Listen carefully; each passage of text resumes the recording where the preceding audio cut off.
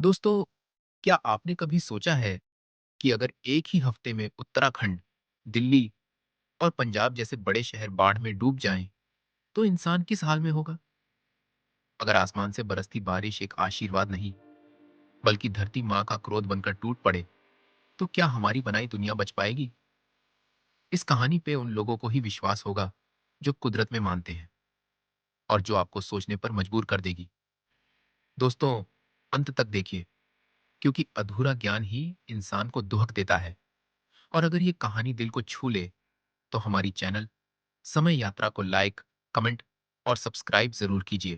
पहाड़ों की गोद में बसा रामपुर गांव अपनी शांति और सुंदरता के लिए दूर दूर तक प्रसिद्ध था। सुबह की पहली किरण जब बर्फ से ढकी चोटियों पर पड़ती थी, तो ऐसा लगता मानो सोना पिघलकर धरती पर बह रहा हो। गांव के लोग सरल, मेहनती और प्रकृति से प्रेम करने वाले थे। जून का महीना आया और बरसात की दस्तक हुई। पहले पहल जब बादल गरजे, तो बच्चों की किलकारियां गूंज उठी, खेतों में हरियाली फैलने लगी और नदी में पानी का स्तर बढ़ने लगा। गांव वाले खुश थे कि इस साल फसल भरपूर होगी। किसान रामलाल ने कहा, भगवान की कृपा देखो, इस बार अनाज से भंडार भर जाएंगे। परंतु गांव का एक बच्चा, नकुल, इन सब के बीच चुपचाप आसमान की ओर देख रहा था। उसकी आंखों में जिज्ञासा और थोड़ी सी चिंता थी। पिछले साल उसे याद था, जब बाढ़ ने उनके खेत बहा दिए थे।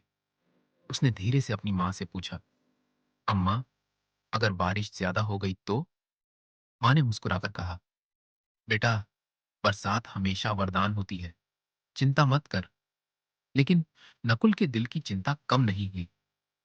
बरसात रुकने का नाम ही नहीं ले रही थी। सुबह से शाम तक और शाम से सुबह तक लगातार पानी बरसता रहा। नदियां उफान पर थी। मिट्टी की खुशबू अब कीचड़ और गंध में बदल चुकी थी। गांव की गलियों में जगह जगह पानी भरने लगा। बच्चे, जो पहले बारिश का आनंद लेते थे, अब घरों में कैद हो गए। बुजुर्ग चिंता से कहते, इतनी बारिश हमने अपने जीवन में नहीं देखी। फिर अचानक पहाड़ से गर्जना की आवाज आई। आसमान से ऐसा पानी बरसा मानो किसी ने विशाल बाल्टी उलट दी हो। यह बादल फटने की घटना थी। नदी अपने किनारों को तोड़कर गांव की ओर बढ़ चली। लोग भागने लगे, घरों के सामान बहने लगे, जानवर बहकर दूर चले गए। नकुल अपनी खिड़की से यह सब देख रहा था। उसका दिल जोर जोर से धड़क रहा था। उसने अपने पिता से कहा, पिताजी, यह सिर्फ बारिश नहीं है, कुछ और है। लेकिन पिता ने कहा, बेटा, यह सब भगवान की मर्जी है। पर नकुल को लग रहा था कि यह सिर्फ भगवान की मर्जी नहीं, बल्कि इंसानों की गलती का नतीजा है। रात के अंधेरे में गांव डूबने लगा। चीख पुकार से आसमान गूंज उठा।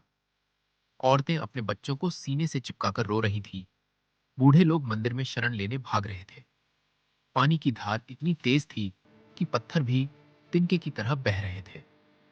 पहाड़ों से मिट्टी और चट्टानें खिसककर गांव पर गिरने लगी। यह सिर्फ बाढ़ नहीं थी, बल्कि प्रकृति का क्रोध था। नकुल अपने परिवार के साथ मंदिर पहुंचा। मंदिर ऊंचाई पर था, इसलिए सुरक्षित रहा। लेकिन मंदिर से दिख रहा था कि पूरा गांव एक झील में बदल चुका है। नकुल ने आंसू भरी आंखों से कहा, अम्मा, ये धरती माँ की चीख है, हमसे नाराज है। उसकी मां ने चुप कराते हुए कहा, पागल मत बन बेटा। लेकिन नकुल का दिल कह रहा था कि यह सिर्फ एक प्राकृतिक आपदा नहीं है, बल्कि धरती माँ का संदेश है। थकी हुई रात में नकुल मंदिर की सीढ़ियों पर बैठा था। नींद उसकी आंखों से कोसों दूर थी। तभी उसे एक अजीब सी रोशनी दिखाई दी। मंदिर के गर्भगृह से एक तेज प्रकाश निकला और उसके सामने एक दिव्य स्त्री का रूप प्रकट हुआ। वह थी धरती माँ। उनकी आंखों से आंसू बह रहे थे। उनका चेहरा शांत था, लेकिन उसमें दर्द झलक रहा था। उन्होंने नकुल से कहा, बेटा, इंसानों ने मेरे शरीर को घायल कर दिया है। जंगल काट डाले, नदियों को जहर से भर दिया, पहाड़ों को तोड़ डाला। जब मैं चुप रही, तो और अत्याचार हुए। अब मेरा दर्द चीख बनकर बाहर आ रहा है। बाढ़, तूफान और बादल फटना। नकुल कांप गए। उसने हाथ जोड़कर कहा, माँ, क्या कोई उपाय है? धरती माँ बोली, हाँ बेटा, अगर इंसान सुधर जाए तो सब ठीक हो सकता है। लेकिन चेतावनी है, अगर लालच जारी रहा तो इंसानियत खुद मिट जाएगी। सुबह नकुल ने सबको बताया कि धरती माँ उससे मिलने आई थी। लेकिन गांव के लोग उसका मजाक उड़ाने लगे। बच्चा पागल हो गया है, बरसात को भी भगवान की लीला समझो। कोई उसकी बात सुनने को तैयार नहीं था। गांव के लोग फिर से अपने अपने टूटे घर बनाने और बचा खुचा सामान जोड़ने में लग गए। लेकिन नकुल हार मानने वाला नहीं था। उसने अकेले ही पेड़ लगाना शुरू कर दिया, नदियों से प्लास्टिक निकालना शुरू किया। नकुल की बातें अनसुनी कर देने का नतीजा यह हुआ कि कुछ ही दिनों बाद फिर एक बड़ा हादसा हुआ। इस बार बादल गांव से थोड़ी दूर फटा और पूरा इलाका फिर से पानी में डूब गया। गांव वाले अब कांप गए। उन्हें लगा यह सिर्फ मौसम नहीं, बल्कि कोई अदृश्य शक्ति गुस्से में है। लोग मंदिर में इकट्ठा हुए और रोते हुए भगवान से दुआ करने लगे।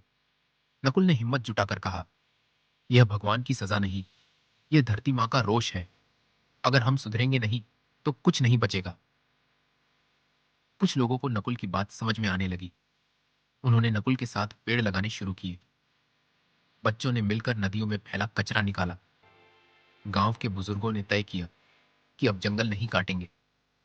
धीरे धीरे बाकी गांव वाले भी जुड़ने लगे। सबने मिलकर प्रण लिया कि अब वे प्रकृति के साथ खिलवाड़ नहीं करेंगे। कुछ ही महीनों में गांव बदलने लगा। जहां कभी कीचड़ और गंदगी थी, वहां फिर से फूल खिलने लगे। नदियों में साफ पानी बहने लगा। पक्षी लौट आए। खेत हरे भरे हो गए। गांव वालों ने महसूस किया कि धरती माँ का दर्द कम होने लगा है। एक रात फिर नकुल को वही प्रकाश दिखाई दिया। धरती माँ फिर प्रकट हुई। इस बार उनके चेहरे पर मुस्कान थी। उन्होंने कहा, बेटा, तुमने इंसानों को सही राह दिखाई। याद रखना, प्रकृति से प्यार करोगे तो प्रकृति तुम्हें आशीर्वाद देगी। लेकिन अगर फिर से लालच बढ़ा तो मैं फिर चेतावनी दूंगी। गांव वालों ने प्रण लिया कि वे हमेशा धरती माँ का सम्मान करेंगे। सुबह का सूरज अब सोने की तरह चमक रहा था। गांव वाले खुशी से नाचने गाने लगे। खेतों में नई फसलें झूम रही थी। नकुल अब सबकी नजरों में छोटा सा हीरो बन गया था। लेकिन उसने कहा, मैं हीरो नहीं, सिर्फ धरती माँ का संदेशवाहक हूं। असली हीरो तो धरती माँ है, जो हमें जीवन देती है। गांव का नाम पूरे क्षेत्र में प्रसिद्ध हो गया। लोग कहने लगे, यह वही गांव है जिसने प्रकृति से मेल मिलाप करना सीख लिया। और इस तरह धरती माँ का रोष एक सीख में बदल गया। अगर इंसान प्रकृति का आदर करेगा तो प्रकृति उसे हमेशा जीवन देगी। दोस्तों, ये कहानी आपको कैसी लगी?